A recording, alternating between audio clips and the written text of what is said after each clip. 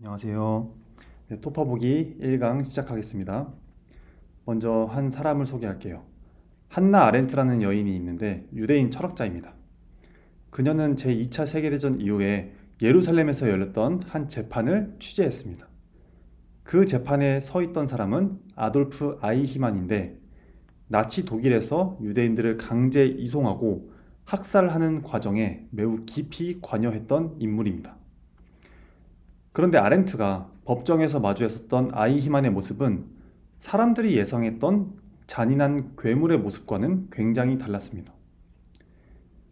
그는 딸 아이의 굉장히 자상한 아빠였는데 명령을 수행했을 뿐이다 라고 계속해서 말했습니다.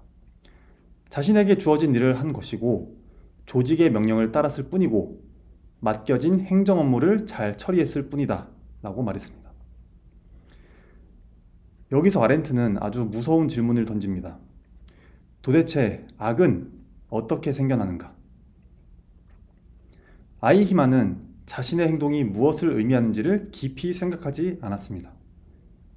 자신의 행동에 대해서 계속해서 명령받은 일, 규정에 따른 일, 내가 맡은 업무라는 말로 처리했습니다.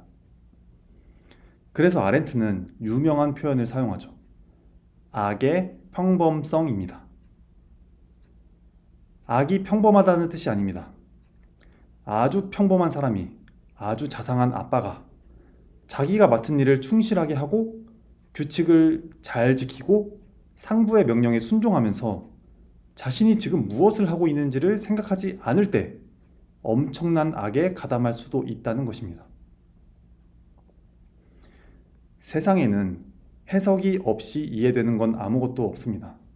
나는 있는 그대로 봤다고 하지만 내가 가진 경험이나 조건이나 내가 공부한 배경이나 내가 가진 문화 이런 것들에 의해서 해석을 하게 되고 사람들마다 똑같은 걸 봐도 의견이 다르게 됩니다. 이스라엘 백성이 가장 소중하게 생각하는 게 법입니다. 법. 율법이라고 부릅니다. 그래서 이 율법을 연구하고 해석하는 법학자들, 사두개파 사람들, 서기관들에게 최고의 권위를 제공해 줍니다. 예수님께서 이 땅에 오셔서 이 사람들을 만나면서 맨 처음 시내산에서 1400년 전에 모세가 받았던 이 법이 어마어마하게 뒤틀리고 왜곡되어 있는 걸 보셨습니다. 이걸 바로잡으려고 예수님께서 말씀을 하시니까 법을 전공한 사람들이 예수님한테 당신은 법 폐기론자다 라고 누명을 씌웁니다. 이에 대해서 예수님께서는 나는 법을 폐기하러 온 것이 아니고 완성하러 온 사람이요. 이 법의 1.1획이라도 땅에 떨어져 없어지지 아니할 것이다. 그리고 다 이루어질 것이다. 이렇게 말씀하셨습니다. 예수님께서 십자가에 못 박혀 돌아가시면서 마지막 남긴 외마디도 다 이루었다 였습니다.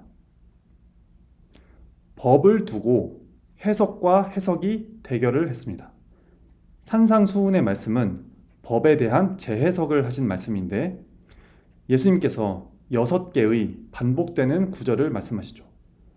너희가 1400년 동안 이렇게 들어왔지만 내가 너희에게 다시 말하노니. 예수님은 행동뿐 아니라 마음의 동기를 다루십니다. 형제에게 노하는 자가 살인하는 자다. 간음하지 말라고 들어봤지만 마음에 음욕을 품는 것 자체가 간음이다. 이렇게 예수님이 교정해 주십니다. 여기 안 걸릴 사람이 누가 있겠어요?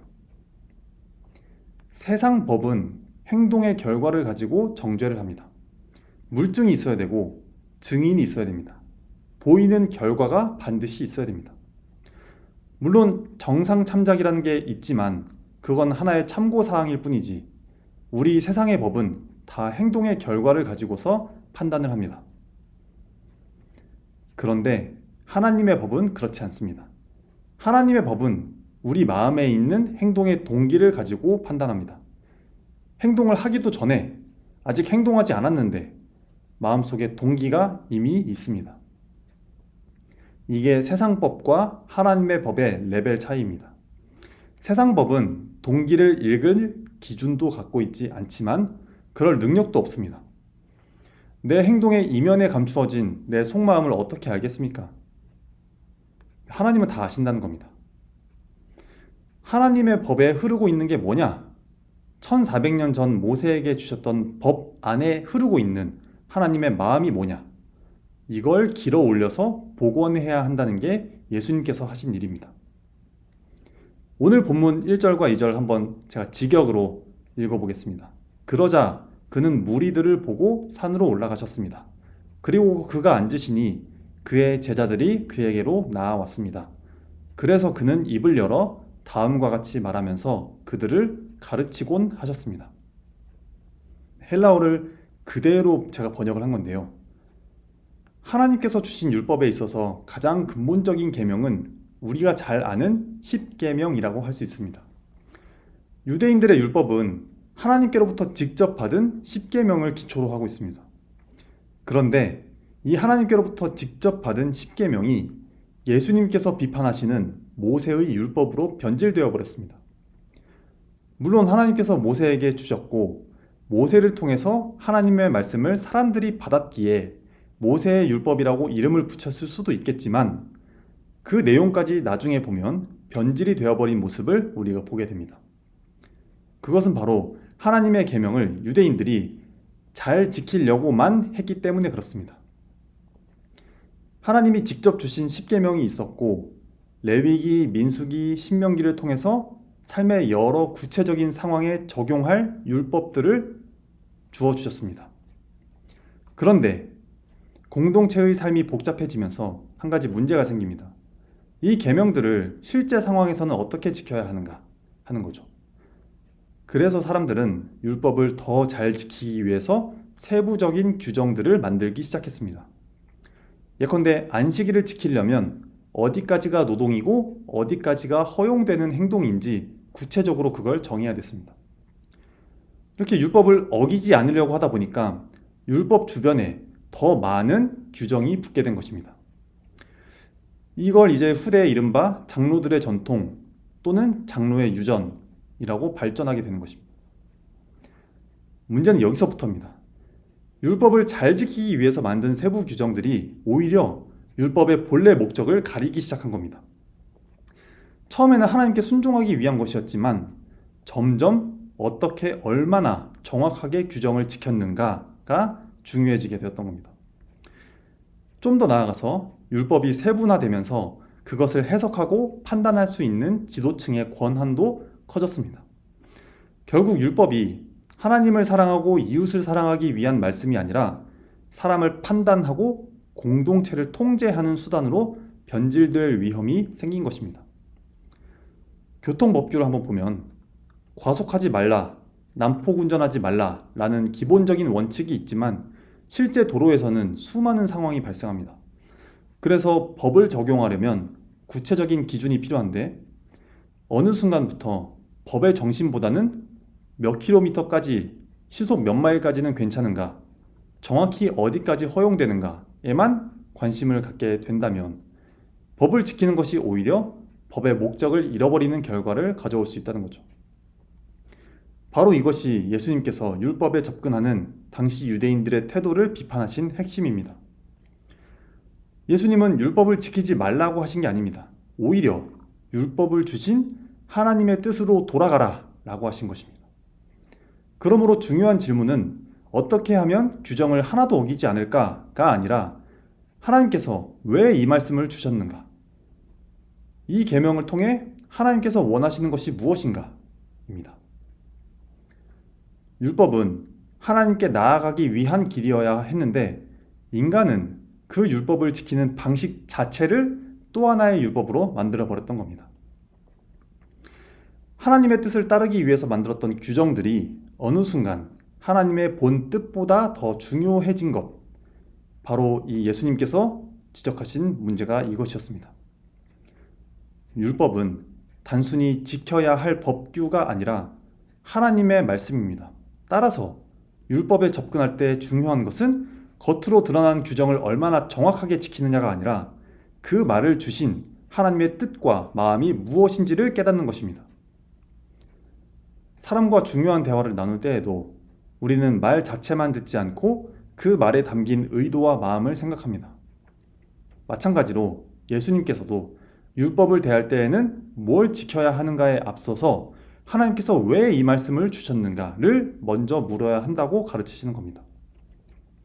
율법을 제대로 지키는 첫걸음은 규정을 아는 것이 아니라 그 말씀을 주신 하나님의 뜻과 마음을 아는 것입니다. 즉, 산상수훈의 핵심은 하나님의 뜻과 하나님의 마음을 깨닫고 행하는 율법입니다. 그래서 오늘 5장을 잠깐 앞부분을 살펴보면 1절부터 2절까지의 내용에 무리와 제자가 나옵니다. 무리는 예수님의 가르침의 영향권 아래에 있는 사람들입니다. 예수님의 가르침을 듣고 알고 있는 사람들. 제자는 그 아는 예수님의 가르침을 행하는 사람, 따르는 사람들을 이야기합니다. 우리는 어떤 지식을 듣고 영향권 아래에 있기는 하죠. 하지만 제자가 되어서 따르고 실천에 옮기는 것은 매우 힘든 것을 알고 있지 않습니까? 쉽게 예로 드는 다이어트나 운동을 보면 내 인생 20, 30년 살았지만 항상 다이어트와 운동은 내일부터잖아요. 내일부터니까 20, 30년을 한 게 아니라 안 한 거죠. 내일부터니까. 예수님의 가르침도 이것과 같다는 겁니다. 교회 오래 다녔다, 나는 신앙인이다, 성경 많이 읽었다, 기도 많이 한다 말을 하지만 그건 알고 있는 거지. 알고 있다고 해서 실천을 하지 않으면 그건 기독교인이라고 이야기하기도 힘들지 않겠습니까? 그런데 더구나 제자라고 이야기하는 것은 더 힘들지 않겠는가 하는 겁니다. 예수님의 거룩한 가르침인 산상설교를 우리가 앞으로 매주 배우면서 철저히 자기 자신을 돌아볼 수 있는 자신이 되면 좋겠습니다. 나는 어떤 신앙의 단계에 있는가를 스스로 살펴보고 난 아직 부족한 사람이구나 하는 것을 겸손하게 깨닫고 말씀 앞에 엎드리게 될 때 우리는 당장은 아니더라도 하루하루 제자가 되어가는 자신을 발견하는 우리가 되지 않을까 생각합니다. 오늘 본문 2절에서 예수님은 그들을 가르치곤 하셨습니다. 미완료라고 표현하십니다. 미완료는 과거로부터 지금까지 반복해서 일어나는 것을 이야기하죠. 예수님의 가르침이 종료되거나 완성되지 않고 반복되고 있었다는 겁니다. 우리에게도 계속해서 말씀하시리라고 봅니다. 기독교인이라고 하는 사람들이 예수님을 따르는 제자가 되기보다는 대부분 무리로 남아있기 때문입니다. 예수님을 알고 있기는 하지만 아직 예수님을 따르는 제자가 되지는 못했다고 하는 것을 산상설교를 통해서 깨닫게 된다는 것입니다. 그래서 우리는 계속해서 예수님의 가르침을 따라서 사람됨이 무엇인지를 배워가는 시간을 갖겠습니다. 다음 시간에는 마태복음 5장 3절부터 시작할게요. 예수님께서 말씀하시는 심령이 가난한 자는 복이 있나니 라는 말씀부터 하나씩 살펴보겠습니다. 감사합니다.